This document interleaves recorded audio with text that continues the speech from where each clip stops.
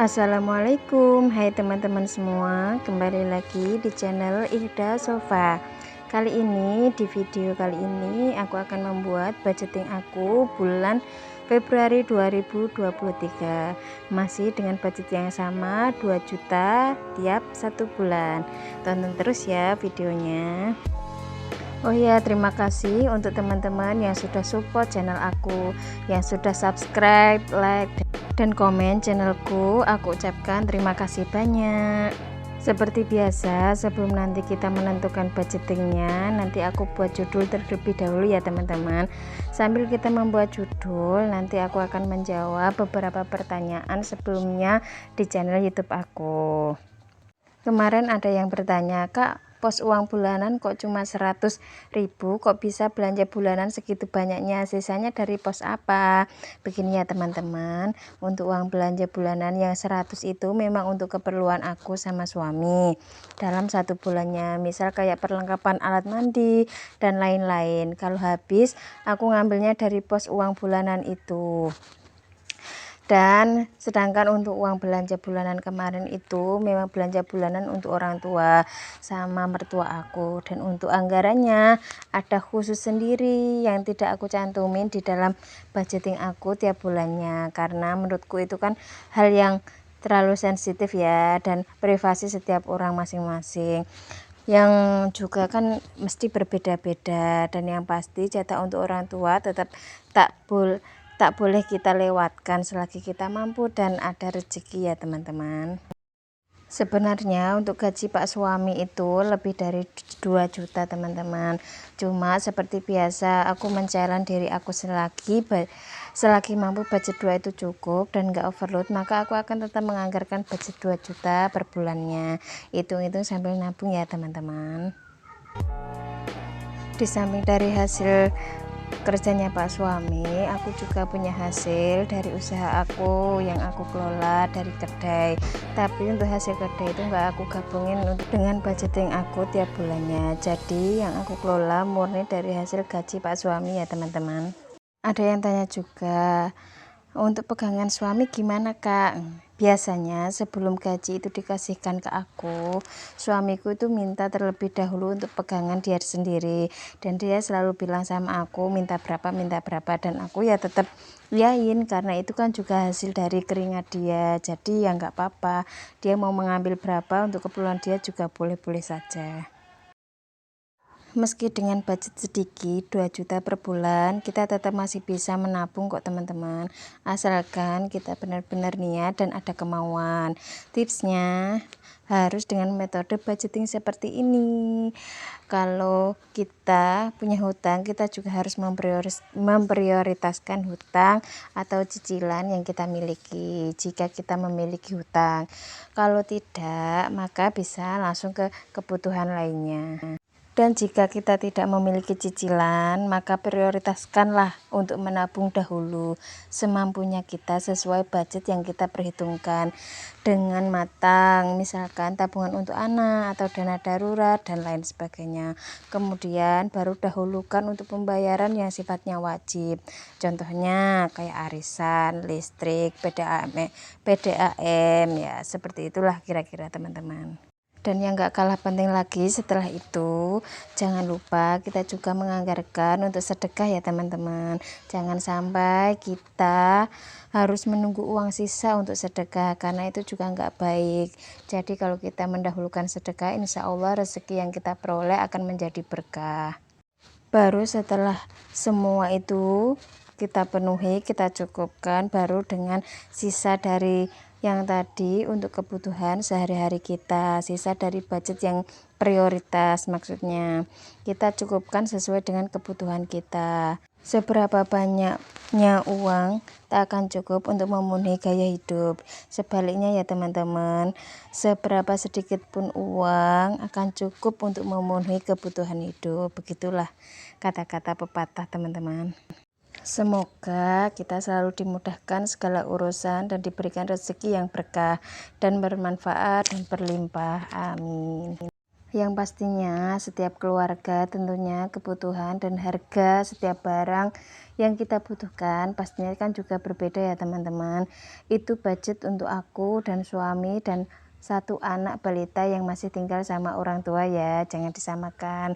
Mungkin nanti kalau sudah tinggal sendiri budgetnya akan berbeda lagi ya teman-teman.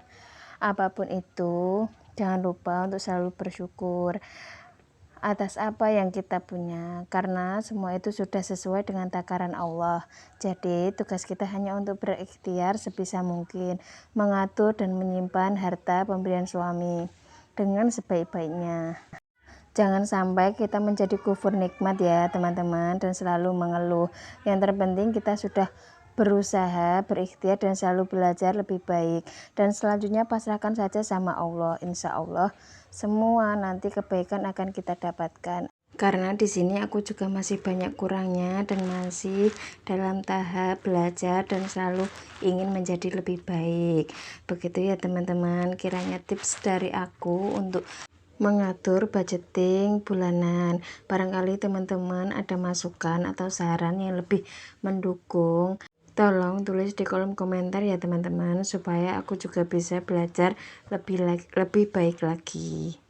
Mohon maaf ya teman-teman, dari tadi banyak berkata-kata, bukannya sok bijak atau sok apa. Aku hanya sekedar share dari pengalaman budgeting aku, dan semoga bermanfaat. Langsung ke poin. Untuk budgeting ini, untuk dana yang disimpan ini ada tabungan anak, tabungan Idul Fitri, tabungan Idul Adha, dan untuk tabungan dana darurat. Dan di sini aku tambahkan untuk tabungan untuk beli emas, karena aku ingin berinvestasi, jadi aku menabung untuk membeli emas. Seperti biasa untuk tabungan anak ini aku anggarkan Rp100.000, dan untuk tabungan Idul Fitri masih sama juga Rp200.000, dan untuk tabungan Idul Adha masih tetap ya Rp160.000, dan untuk dana darurat Rp50.000, dan untuk tabungan emas ini Rp80.000. Dan untuk tabungan emas ini nanti akan berbeda-beda ya setiap bulannya untuk jumlahnya. Setelah memprioritaskan untuk tabungan, kita lanjut ke budgeting untuk kebutuhan setiap bulannya ya. Ini aku utamakan yang awal itu untuk kebutuhan prioritas yang sifatnya wajib. Jadi aku dahulukan ada arisan pon sama arisan musola, sedekah, pulsa, dan kebutuhan anak, kebutuhan hari-hari, dan belanja bulanan. Ini untuk arisannya berkurang 1 karena udah selesai, dan untuk arisannya ini aku anggarkan Rp180.000, dan untuk arisan musolanya masih Rp120.000, dan untuk sedekahnya ini masih sama ya Rp100.000, untuk pulsanya juga masih sama Rp100.000, dan untuk kebutuhan anak ini aku anggarkan Rp230.000, dan untuk kebutuhan hari-hari Rp580.000, dan belanja bulanannya Rp100.000. Jadi total semua dari tabungan dan kebutuhan ini totalnya pas ya Rp2 juta. Bismillah, semoga nanti cukup sampai akhir bulan Februari dan tidak sampai over budget. Dan untuk mengawali bulan Februari biar kita semangat, jangan lupa untuk caption bulan Februari, doakan apa yang kita kerjakan dan kerjakan apa yang kita doakan, sisanya pasrahkan kepada Tuhan. Begitu ya teman-teman. Dan yang tak kalah penting dari itu semua, kita harus tetap semangat, tetap kuat, dan selalu istiqomah, supaya apa yang kita impikan dan kita inginkan bisa tercapai sesuai dengan keinginan kita.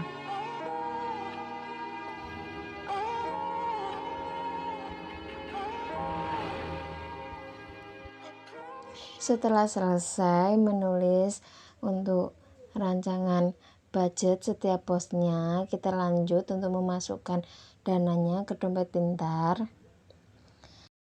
Nah, ini kebetulan untuk uangnya sudah sebagian aku tukerin ke receh ya teman-teman, biar mudah untuk memasukkan ke dompet pintarnya.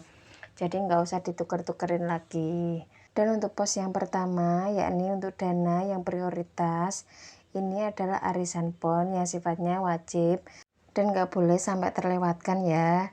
Ini untuk anggarannya Rp180.000 langsung aku masukkan. Nah, ini selanjutnya sebenarnya ini arisannya sudah selesai, cuma ini tulisannya belum aku ganti, mau aku ganti ke tabungan emas. Jadi anggarannya 80 aku masukkan sini dulu.